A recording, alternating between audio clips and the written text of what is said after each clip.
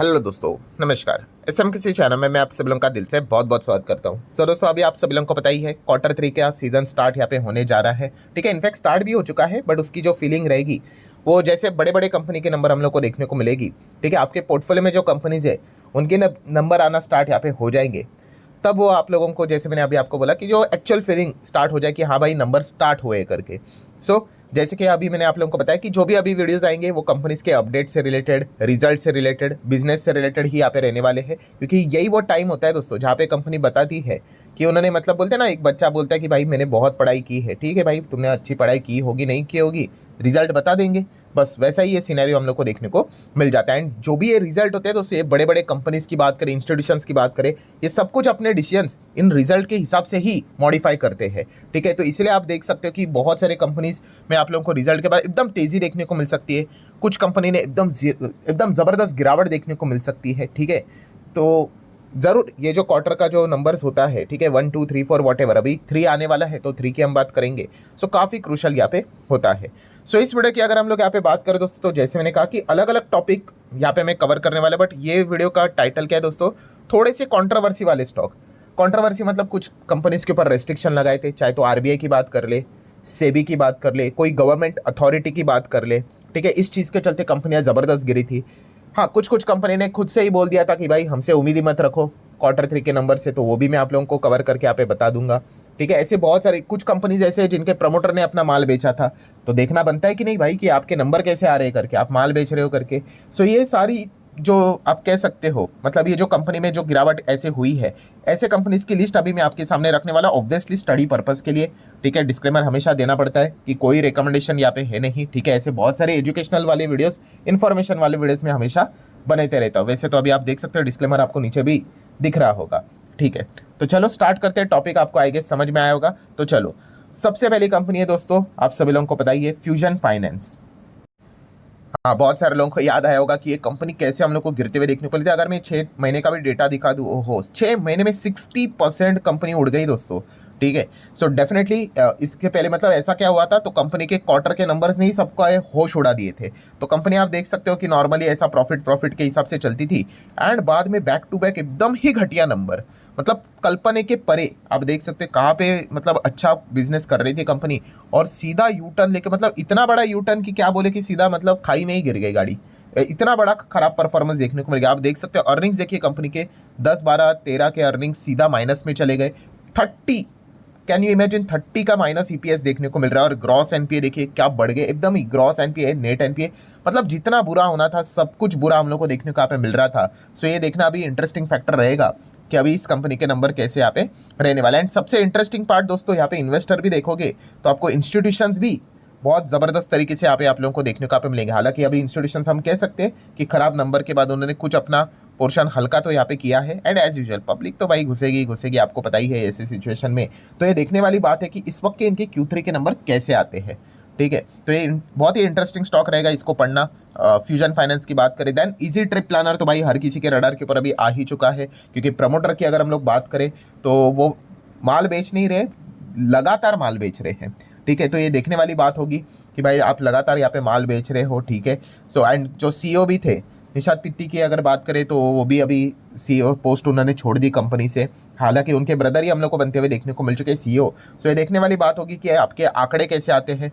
ठीक है, तो Q3 में ज़रूर इनके नंबर्स के ऊपर फोकस रहेगा। डेल्टा कॉर्प की जो दर्दनाक स्टोरी हर किसी को पता ही है। ठीक है, अगर आप ये स्टॉक को भी चेक करोगे तो ये वाला चार्ट पैटर्न नहीं, ये वाला चार्ट पैटर्न ठीक रहेगा। ये देखिए कैसे 2 बार कंपनी नोज डाइव होते हुए देखने को मिल गई। ऐसा क्या हो गया भाई कंपनी में नोज डाइव होने के लिए? हाँ, आपको याद आया होगा भाई जीएसटी वाला इशू, कि सरकार ने जीएसटी लगा दिया 28% का। अगेन कह रहा हूँ 28% का जीएसटी इशू नहीं है, बट उन्होंने बोला कि जब से जीएसटी स्टार्ट हुआ है, जब से जीएसटी पैदा हुआ है, तब से लेके अभी तक का पैसा निकालो। ठीक है, तो भाई अगर जीएसटी मांगा जाएगा तो कंपनी कैसे चलेगी? क्योंकि कंपनी की खुद की साइज अगर चलो मैं हायर लेवल पे पकड़ ही लेता हूँ, 5,000 करोड़ का है, और कंपनी से मांगा कितना जा रहा है? लाइबिलिटी आप देख सकते हैं, कंटिजेंट लाइबिलिटी में आपको देखने को मिलेगा लगभग 23,500 करोड़ मांगा जा रहा है। ठीक है, डायरेक्टली इनके कंपनी की ओर से या फिर जो इनकी सब्सिडरी है उनके ऊपर यहाँ पे जीएसटी के नोटिस जा चुके हैं। एंड पूरा अभी जो ये कंपनी का फ्यूचर है वो कोर्ट के ऊपर डिपेंड है। ठीक है, कोर्ट ने अगर इनके फेवर में फैसला सुना दिया तो बच गए, वरना सीधा गेम ओवर। ठीक है, इसके ऊपर मैंने वीडियो भी बनाया था भाई कि कंटिंजेंट लायबिलिटी पढ़ना कितना इंपॉर्टेंट होता है। ठीक है, सो अगर आपको वीडियो देखना है तो लिंक मैं ऊपर आई बटन पे दे देता हूँ। ठीक है, जो स्टॉक मार्केट क्लासेस जो हमारे दूसरे चैनल है सब कुछ फ्री है भाई। ठीक है, वहाँ पे सारी चीज़ें मैं फ्री ऑफ कॉस्ट कवर करके रखी हुई है। ठीक है, जहाँ पे कंटिंजेंट लायबिलिटी कंपनी का अपने साइज से ही 4-5 गुना है। ठीक है, अगर ऐसी कंपनी अगर केस हार गई तो फिर बचा ही क्या, खत्म ही ना, कुछ भी नहीं, यहाँ पे नहीं बचा है। सो डेफिनेटली डेल्टा कॉप के नंबर कैसे आते हैं और क्या खबर आती है वो देखना इंटरेस्टिंग रहेगा। देन अगर बात करेंगे बीजेडीएल, बीजेडीएल कौन है, Bharat global developer limited. Recently मैंने इससे रिलेटेड एक डिटेल वीडियो भी बनाया था, आप देख सकते हो 20 दिसंबर को इनके आखिरी ट्रेडिंग हुई थी। तो आप देख सकते हैं सस्पेंड हो चुका है ट्रेडिंग से रिलेटेड, इसमें ट्रेड नहीं होता है। क्यों? Due to the penal reason. So आप सब लोगों को पता ही है, ये आर्टिकल भी मैं आपको दिखाना चाहूँगा। यस, सेबी ने क्या कर दिया था, इसमें ट्रेडिंग सस्पेंड यहाँ पे कर the over financial miss representation. ठीक है, काफ़ी सारे आरोप इनके ऊपर यहाँ पे लग चुके हैं कि इन्होंने इलीगली 271.6 करोड़ का प्रॉफिट यहाँ पे कमाया है। ठीक है, तो अभी ये देखने वाली बात होगी, अभी वो इन्वेस्टिगेशन यहाँ पे चलेगा, बहुत लंबा सा चौड़ा प्रोसेस हम लोग को देखने को मिल जाता है। सो लेट्स सी क्या रहता है इनके नंबर में, वैसे क्या देखने को यहाँ पे मिलेगा। ट्रेडिंग तो यहाँ पे हॉल्ट होते हुए देखने को मिल चुकी है। नेक्स्ट बात करेंगे दोस्तों तो अदानी ग्रुप। ठीक है, आप सभी लोगों को पता ही होगा पिछले क्वार्टर में ही अदानी ग्रुप के ऊपर अमेरिका से बहुत कुछ बड़े आरोप यहाँ पे लगाए गए। पूरे ग्रुप के ऊपर नहीं, हम कह सकते जो अदानी ग्रीन जो कंपनी देखने को मिल रही है उससे रिलेटेड उन्होंने आरोप यहाँ पे लगाए थे। अभी आरोप क्या है, बच्चे को पता है, इतना बार हम लोग रिपीट यहाँ पे कर चुके हैं। ठीक है, उन्होंने रिश्वत दिए करके ऐसे बहुत सारे आरोप हैं, एंड वहाँ पे उन्होंने इतने सबूत रख लिए कोर्ट में कि कोर्ट भी एग्री हो गया कि हाँ भाई अरेस्ट वारंट निकालो करके।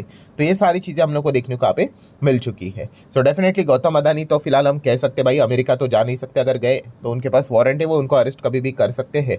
सो अदानी ग्रीन के नंबर्स को देखना थोड़ा इंटरेस्टिंग पार्ट यहाँ पे हो सकता है। नेक्स्ट अगर हम लोग बात करेंगे Godrej consumer product limited. Yes, so Godrej consumer की बात करें तो आपको याद होगा, अगर मैं 1 महीने का डेटा में नजर आएगा। यस, आप देख सकते हैं एकदम सडनली गिरा था स्टॉक।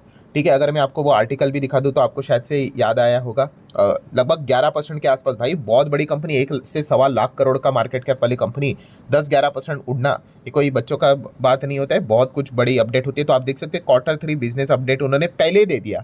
क्या बोल दिया उन्होंने कि भाई हमसे उम्मीद मत रखना, और टारगेट प्राइस कट भी बाकी ने यहाँ पे कर दिया। आप देख सकते हैं उन्होंने बोला कि इन्फ्लेशन के चलते, ठीक है, जो सब कुछ है, हमारे जो वॉल्यूम्स है वहाँ पे जो ग्रोथ है उसके ऊपर हिट लगेगा, ऑपरेटिंग प्रॉफिट खराब होते हुए देखने को मिलेंगे।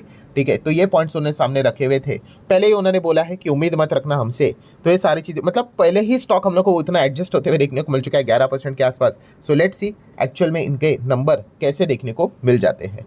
नेक्स्ट अगर हम लोग बात करेंगे पेटीएम की तो स्टोरी अलग से बताने की जरूरत यहाँ पे है नहीं। ठीक है, जो आरबीआई ने रिस्ट्रिक्शन लगाए थे उसके बाद जबरदस्त गिरा था, हालांकि उसके बाद अच्छी खासी रिकवरी हम लोग को भी देखने को यहाँ पे मिल चुकी है। सो लेट्स सी कंपनी का रेवेन्यू कैसे देखने को मिल जाता है। देन अगर हम लोग बात करेंगे सीजीडी सिटी गैस डिस्ट्रीब्यूटर वाली कंपनियां, आईजीएल की बात करें, एमजीएल की बात करें, तो आपको याद होगा ये तो 20% तक हम लोग को क्रैश होते हुए देखने को मिले थे। ऐसा क्यों? क्योंकि सरकार ने अगेन जो अलोकेशन यहाँ पे किया जाता है इन कंपनीज को, वो वापस यहाँ पे उन्होंने कम कर दिया था। ठीक है, पहले भी किया था, उसके बाद वापस कम कर दिया था। और जैसे मैंने आप लोगों को बताया था कि अभी क्या हो गया कि अलोकेशन कम हो गया, तो पूरा जो कंपनी बेनिफिट क्या करती थी कि एक्चुअल में उन्होंने कस्टमर को पास ऑन करना था, कस्टमर मतलब आप और हम लोगों को पास ऑन करना था, कंपनी बेनिफिट खुद को ही रखती थी। तो सरकार ने भी ये चीज़ें धीमे धीमे करके बंद ही की, और एक बार नहीं डबल बार कर दिया। अभी तो फिर कंपनी को क्या हो जाएगा, ऑटोमेटिकली रेवेन्यू के ऊपर, मार्जिन के ऊपर प्रेशर आना स्टार्ट हो जाएगा। और अगर वो प्रेशर अगर उनको नहीं चाहिए तो क्या करना पड़ेगा, उनको प्राइस हाइक लेनी पड़ेगी। अभी प्रॉब्लम क्या हो गया, बीच में एमजीएल की बात करें तो महाराष्ट्र में देखने को मिल जाता है, वहाँ पे इलेक्शन था तो प्राइस हाइक उन्होंने नहीं लिया। अभी हम लोग को ऑटोमेटिकली प्राइस हाइक होते हुए देखने को मिलेंगे। आईजीएल की बात करें तो दिल्ली में है। ठीक है, तो धीमे धीमे करके मतलब क्या होता है, जब इलेक्शन होता है, पॉलिटिक्स चलती है, तो यूजुअली इस प्रकार की चीज़ें नहीं होती। उसके बाद हम लोग को सारी चीज़ें प्राइस हाइक, कंपनी खुद के ऊपर कभी बर्डन नहीं लेगी भाई, वो तो हमारे ऊपर ही वो पास ऑन करेगी। ठीक है, बट यस, इसी फैसले के चलते आप देख सकते हैं आईजीएल का शेयर एकदम ऐसे एकदम मस्त चल रहा था, एकदम फटाक से गिरते हुए देखने को मिल गया। देन एमजीएल का शेयर भी आप देख सकते हो एकदम नॉर्मल ऐसे ऊपर ऊपर ही जा रहे थे, एक नोटिफिकेशन आ गई और गिरावट हो गई। इसलिए मतलब बोलते हैं ना, ये सरकारी कंपनीज नहीं है, मतलब बोलते हैं ना, बट अल्टीमेटली सरकार एक डिसीजन से किसी भी कंपनी की हालत खराब कर सकती है। तो ये पॉइंट हमें सीखने को यहाँ पे मिल जाता है, तो इनके नंबर पढ़ना इंटरेस्टिंग रहेगा। देन जीएसपीएल की बात करें, ये एक कंपनी की भी अगर हम बात करें तो आप देख सकते हो एकदम से ही जबरदस्त हम लोग को टॉप से गिरते हुए देखने को यहाँ पे मिला था। ये तो मतलब बहुत बड़े सपने देख रहे थे ये कंपनी कि हमें तो टैरिफ से रिलेटेड चीज़ें बढ़कर मिलेगी। ठीक है, हमारा रेट यहाँ पे बढ़कर मिलेगा। एंड जब ऑर्डर यहाँ पे आया तो सीधा स्टॉक में 20% का लोअर सर्किट। ठीक है, सो ऐसा क्यों? तो कंपनी को जो पहले यहाँ पे जो आप यहाँ पे कह सकते हैं जो टैरिफ से रिलेटेड चीज़ें यहाँ पे मिलती, 34 का रेट यहाँ पे मिलता था। ठीक है, देन कंपनी ने रिक्वेस्ट किया था सरकार को कि इसको 50 तक लिया जाए। ठीक है, एंड सरकार ने जब ऑर्डर पास किया भाई वो तो 18 कर दिया, मतलब 34 से 18 जो मिल रहा था उसके भी आधा। तो भाई स्टॉक की तो मतलब पिटाई होनी थी। तो यही चीज़ें हम लोग को देखने को मिल गई। ठीक है, तो लेट्स से इनके नंबर कैसे रहते हैं, रेवेन्यू कैसे रहते हैं, मार्जिन कैसे रहते हैं, कितना प्रेशर रहता है, ये देखने वाली बात रहेगी। बीसीजी की बात करें तो आपको पता ही है इस कंपनी ने तो कब से मतलब चूना लगाई है। वे तो वैसे भी देखा गया तो शायद से ये भी कुछ तो हफ्ते में एक ही बार ट्रेड होता है। इसके ऊपर भी मैंने वीडियो बनाया था, बट ज़्यादा फोकस यहाँ पे अभी हम नहीं करते। एमटा टेक की बात करेंगे, एक डिसेंट कंपनी है, बट यस प्रमोटर ने अपना माल यहाँ पे बेचा था। ठीक है, इस चीज़ के चलते फोकस में रखना चाहिए कि कंपनी के नंबर कैसे आते हैं। देन बात करेंगे जेएमएम फॉडलर। आपको याद होगा 2020 की अगर मैं बात करूं, यस 2020 में कंपनी ने क्या किया था, ओएफएस भी लाया था। एंड उसी के साथ साथ अगर हम लोग यहाँ पे बात करें तो सिक्योरिटीज लेंडिंग बोरोइंग में शॉर्ट सेलिंग भी हुई थी। ठीक है, मतलब प्राइस भी नीचे गया और एसएलवीएम के चलते किसी ने गेन भी कर दिया। इसीलिए सेबी ने खुद इनसाइडर ट्रेडिंग है कि नहीं इसका इन्वेस्टिगेशन स्टार्ट किया था।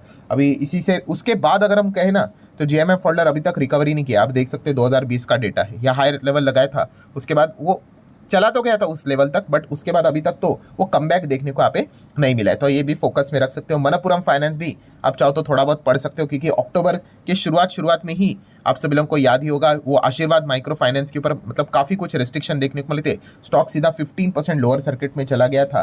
ठीक है, तो ऐसे बहुत सारे कुछ कंपनियां हम लोग को देखने को मिली थी। तो आप चाहो तो इनको स्टडी करके यहाँ पे रख सकते हो। अगेन कह रहा हूँ, इनके जब नंबर आएंगे देखना इंटरेस्टिंग रहेगा कि क्या नंबर्स में कोई 19-20 देखने को मिल जाता है, क्या परफॉर्मेंस रहता है, क्योंकि कुछ ना कुछ हलचले इन कंपनीज के द्वारा हम लोग को ये जो अक्टूबर नवंबर दिसंबर जो मंथ था उसमें देखने को यहाँ पे मिली थी। ऑब्वियसली लिस्ट पूरी नहीं है, बट जितने भी कुछ इंपॉर्टेंट कंपनियां हम लोग को इस अक्टूबर नवंबर दिसंबर के दौरान देखने को मिले थे वो मैंने आप लोगों के सामने रखी है। आप चाहो तो खुद से इनको स्टडी यहाँ पे कर सकते हो। सो आशा करता हूँ वीडियो हेल्पफुल लगा होगा। चाहो तो इसको लाइक एंड शेयर कर देना। मिलते हैं नेक्स्ट वीडियो में, तब तक के लिए बाय बाय।